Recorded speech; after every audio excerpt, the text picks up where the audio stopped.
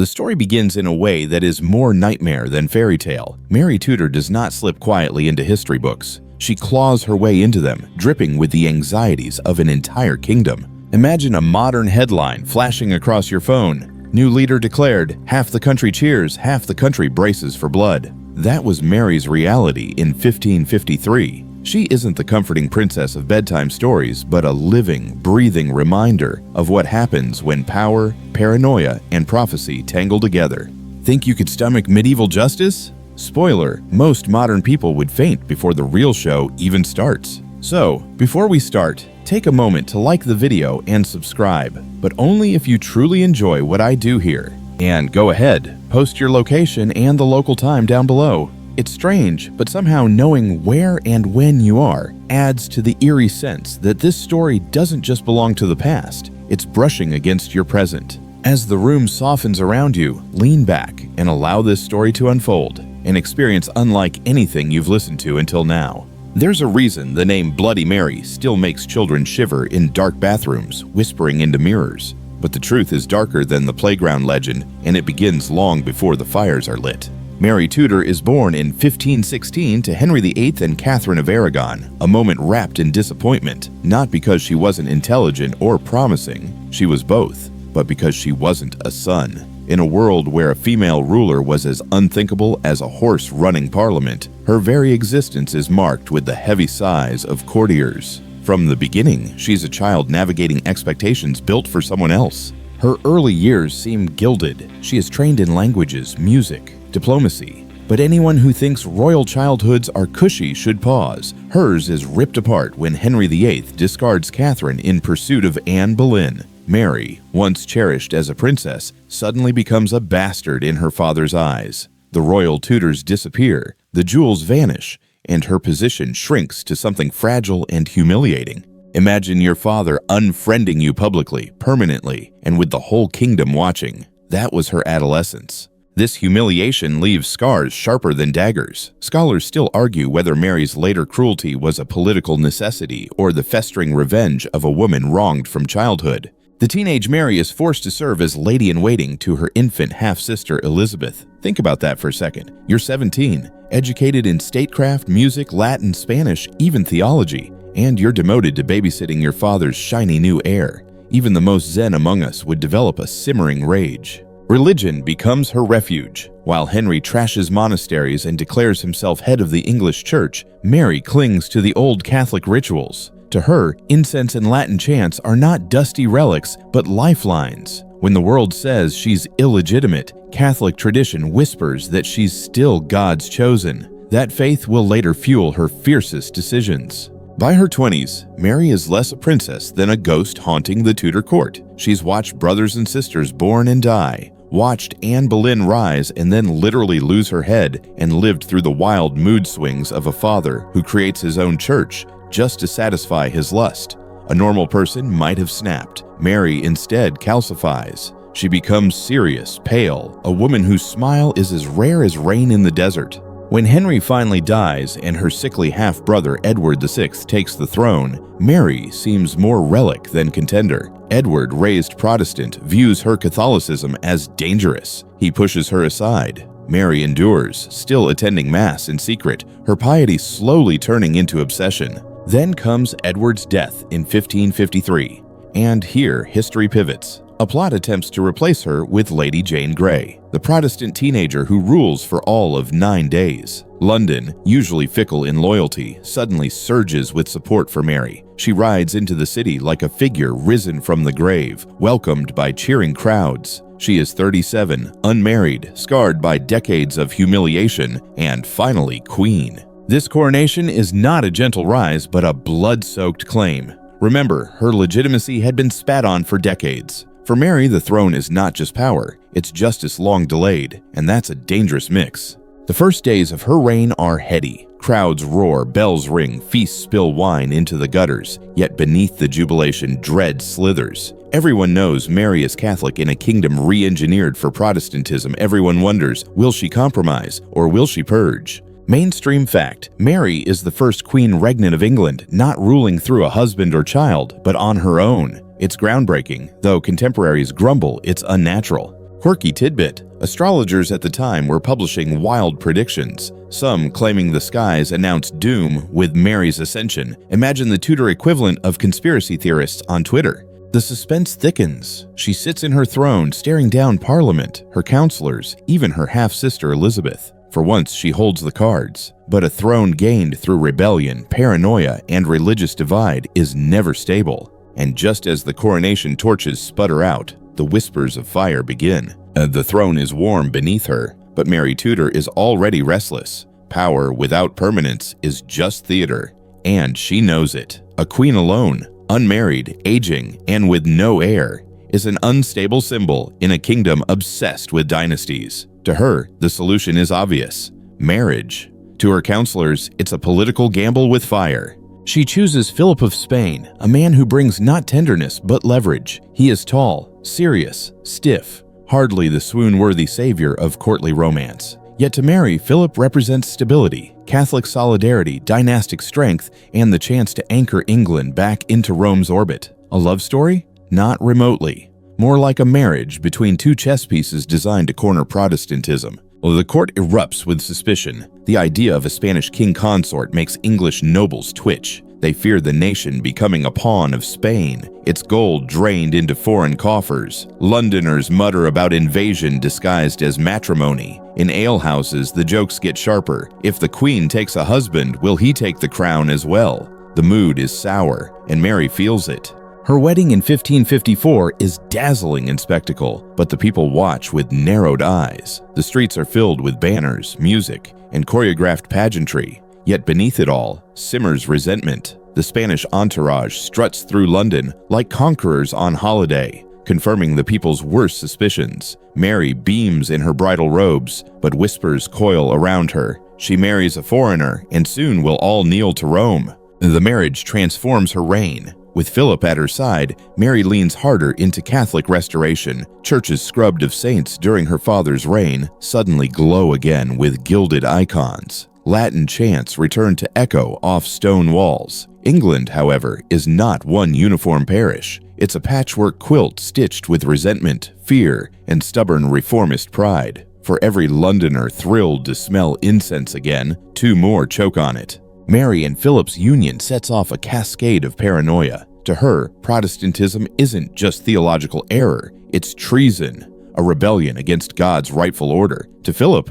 rooting out heresy is a matter of imperial business, as essential as taxation or military alliances. Together, they become a power couple of dread. Mainstream fact: under Mary's reign, England formally returns to papal authority in 1554, undoing her father's dramatic split from Rome. It's a rare moment when the pendulum of religion swings backward in Europe rather than forward. Quirky tidbit: Philip supposedly found England's damp weather unbearable and often complained in letters. Imagine the Spanish prince moping about drizzle while his wife plots burnings. History loves its odd juxtapositions. Yet not all is smooth in the royal bedchamber. The couple is distant, awkward. Philip shows little warmth toward Mary, leaving her pining like a teenager. At 38, she aches for a child, desperate to secure a Catholic heir. Twice she believes herself pregnant. Court whispers swirl with excitement. England braces for a prince, but both times her belly swells only with illness or stress, not life. Historians still argue whether these were phantom pregnancies or symptoms of deeper disease.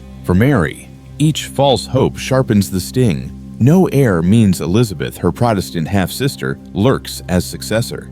Imagine the irony. All her burnings, all her prayers, all her desperate battles for Catholic survival might simply clear the path for the very heretic she despises. The pressure builds.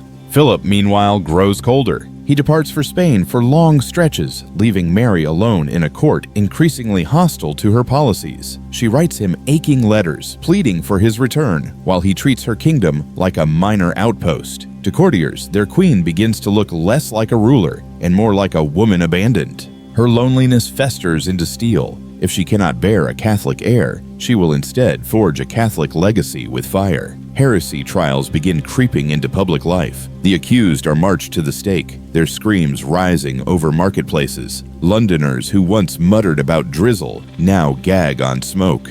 The turning point comes with the execution of prominent Protestants like John Rogers and Thomas Cranmer. These aren't obscure villagers, they're leaders, intellectuals, symbols. By burning them, Mary isn't just killing bodies, she's incinerating ideas. And yet, ideas have a habit of smoldering long after the pyres cool.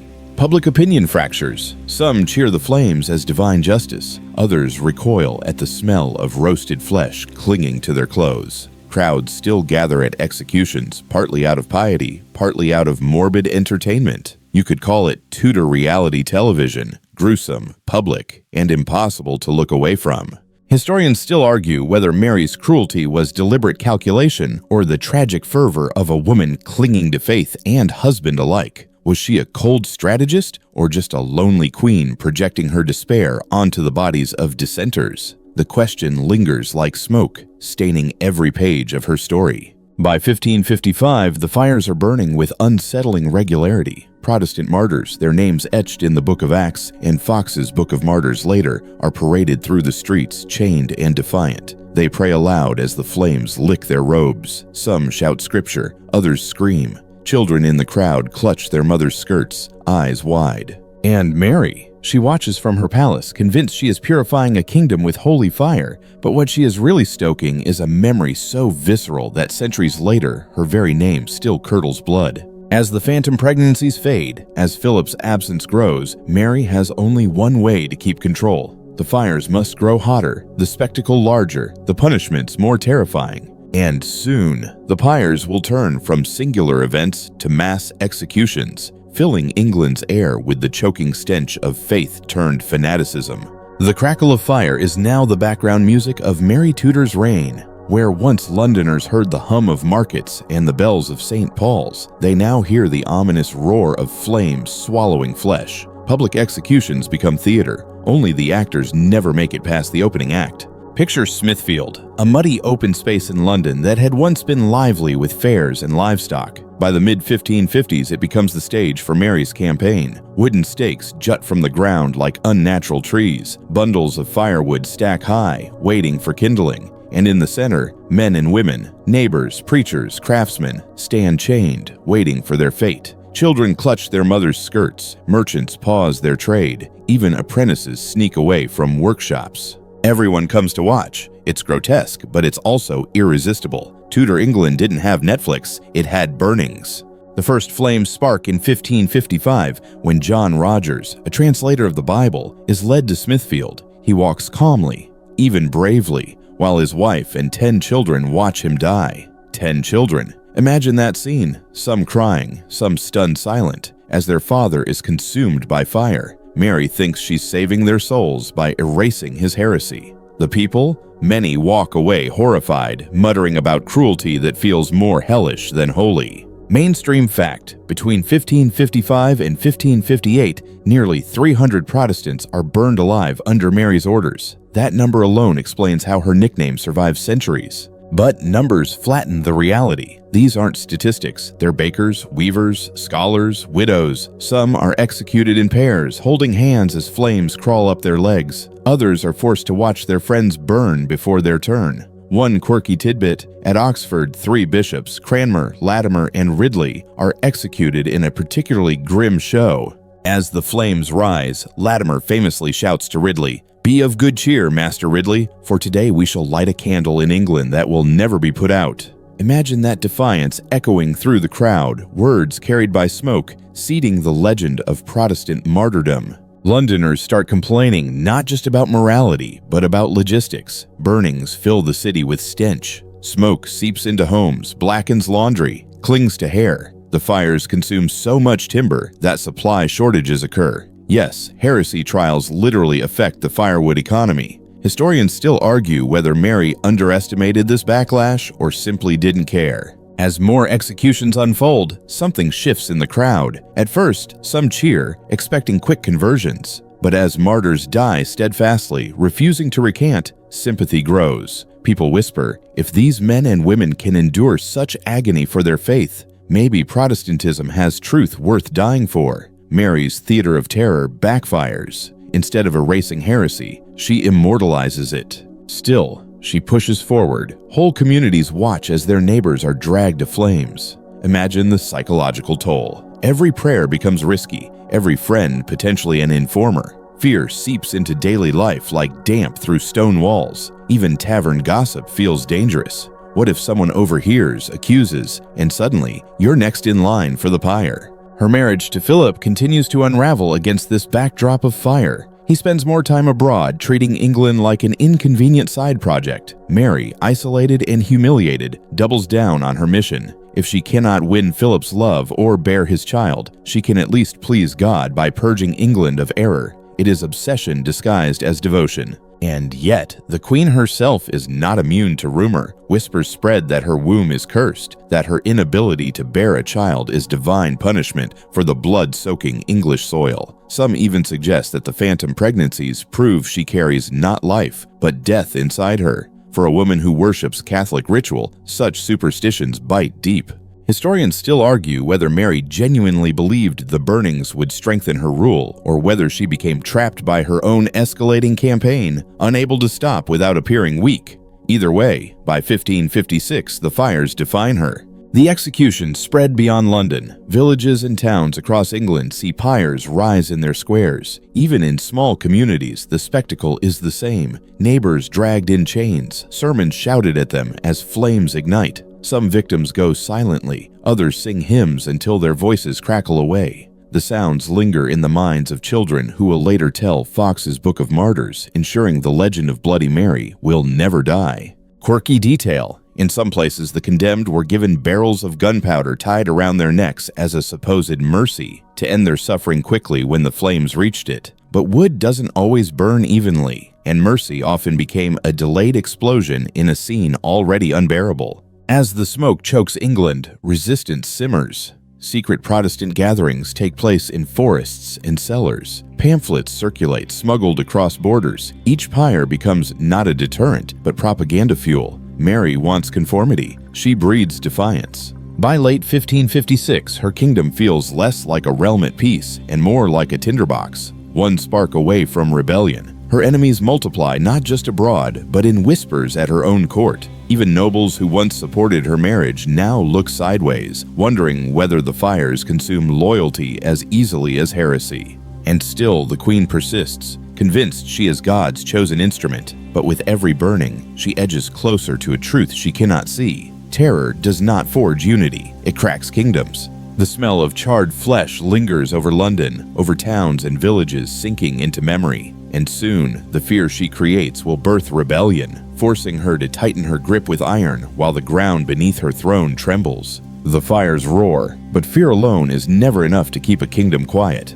By the late 1550s, Mary Tudor discovers that the more she burns, the more her people whisper. And whispers in Tudor England are like sparks in a hayloft, small at first but guaranteed to set everything ablaze. Her reign collides with rebellion almost immediately. The most notorious? Wyatt's Rebellion of 1554, a protest against her marriage to Philip and her Catholic revival. Picture it, thousands of angry men marching toward London, fueled not just by religion, but by sheer panic at the thought of Spanish domination. Mary faces them with remarkable steel. She doesn't hide. Instead, she rides out, dressed in crimson, addressing Londoners directly, declaring herself both queen and defender of the realm. It's a performance that wins her temporary loyalty. The rebellion collapses, its leaders executed, their heads spiked on London Bridge like grotesque decorations. But rebellion is like mildew. It doesn't vanish just because you scrub one wall. Under the surface, resistance festers. Protestants plot in secret. Nobles mutter over wine cups. Even loyalists begin to worry about the smoke that now defines their queen's legacy.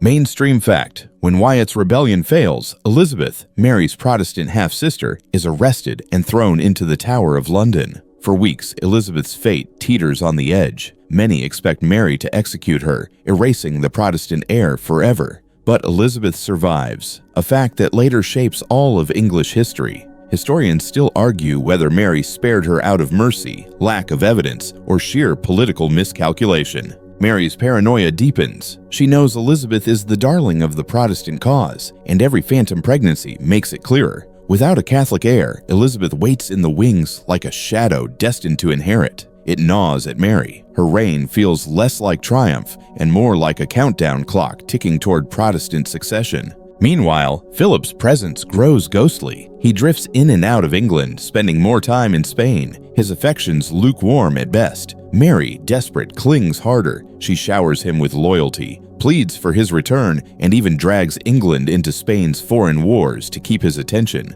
To her counselors, this looks less like strategy and more like humiliation. The Queen of England reduced to a lovesick partner. Quirky tidbit: Philip once wrote that he felt ashamed of how old and unattractive Mary seemed beside him. History rarely records such cruel honesty, but his disdain is a wound she carries to her grave. The irony: while Mary strengthens her alliance with Spain through blood and fire, she weakens her own throne. Ordinary people grow restless. Markets falter under the weight of war and poor harvests. The economy dips, food prices rise, and the average Londoner doesn't care whether the Pope is smiling in Rome when they can't afford bread. Her iron grip is mostly spectacle. Yes, she executes rebels, burns heretics, and intimidates rivals. But beneath the terror, her reign feels fragile. She rules not with love or even pragmatic respect, but with the brittle authority of someone clinging too tightly. It's the difference between holding a sword and being weighed down by it.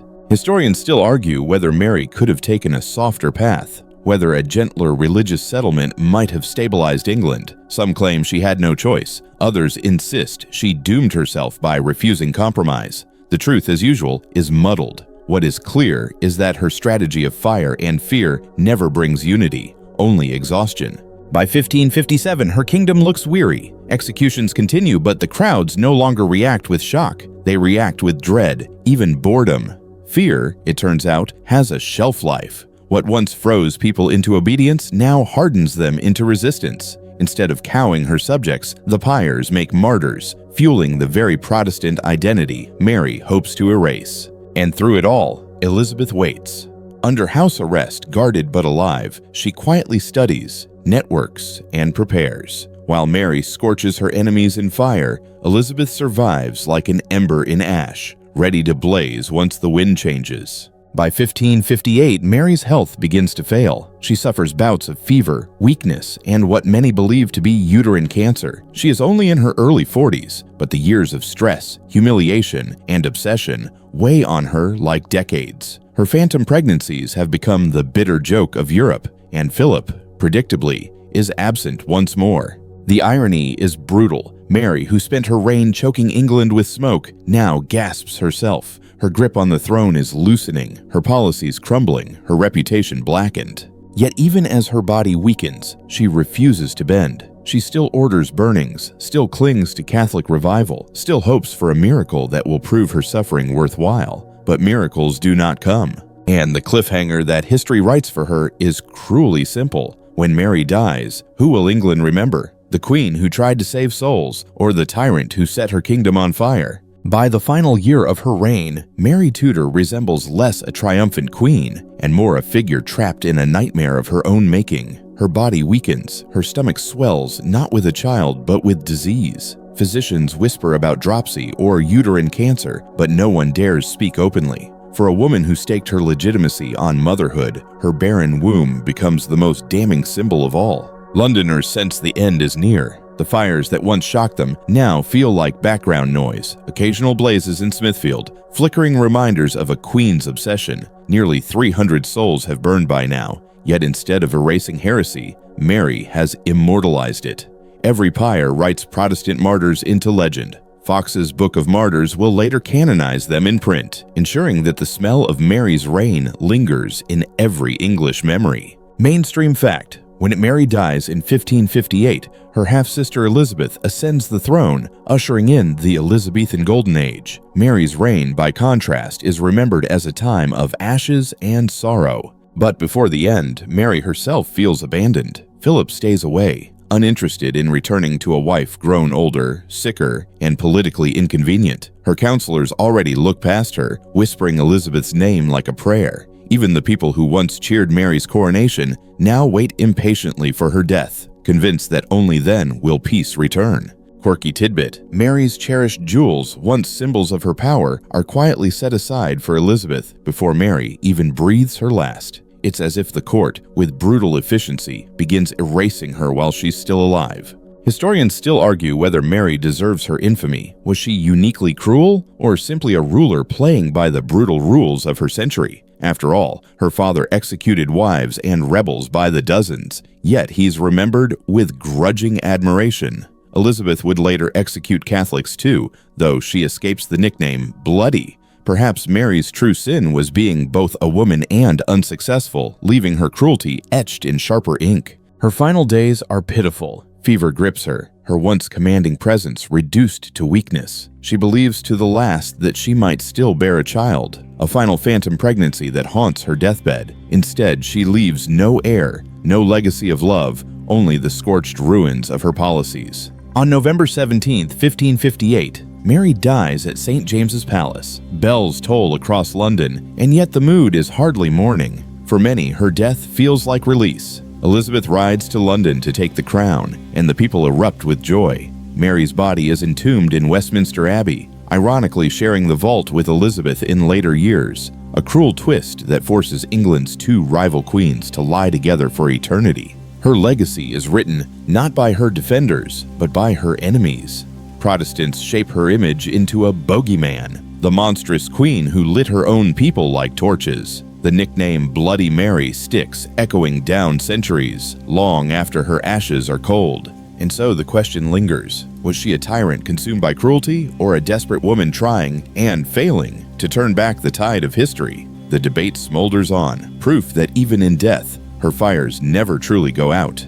The air in London clears, the smoke dissipates, and the queen who ruled by flame is reduced to a whisper, a mirror game, a warning parents murmur to children. Yet behind the legend lies a woman who bled, believed, and burned. Perhaps more tragic than monstrous, perhaps more lost than cruel. And as the flames die, the story doesn't end, because England, scarred and hardened by Mary's reign, turns eagerly to Elizabeth, who will write a new chapter of glory on the ashes her sister left behind. When down 300 words, now let the embers fade in your mind. The roar of fire softens to a faint crackle, then to silence, until nothing remains but the shadow of smoke curling upward into the night. Mary's world of fear and flames drifts further away, leaving only the memory of her lonely struggle against time, faith, and her own body. Breathe slowly. The image of Smithfield's pyres dissolves, the screams replaced by the hush of wind across empty streets. What once felt sharp and unbearable now grows distant, muffled, as if wrapped in velvet. The queen who carried the weight of England's soul is gone,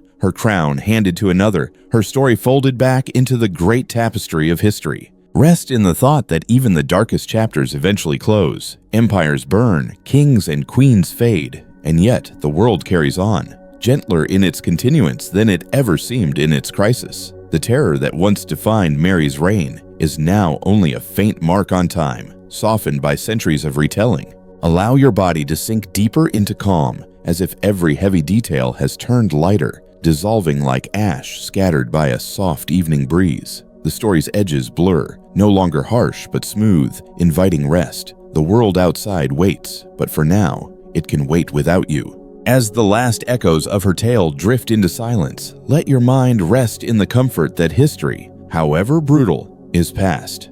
You are safe, and the fires that once consumed England cannot touch you here. And tomorrow night, another story will come to your bedside, waiting to unfold with all its shadows and secrets.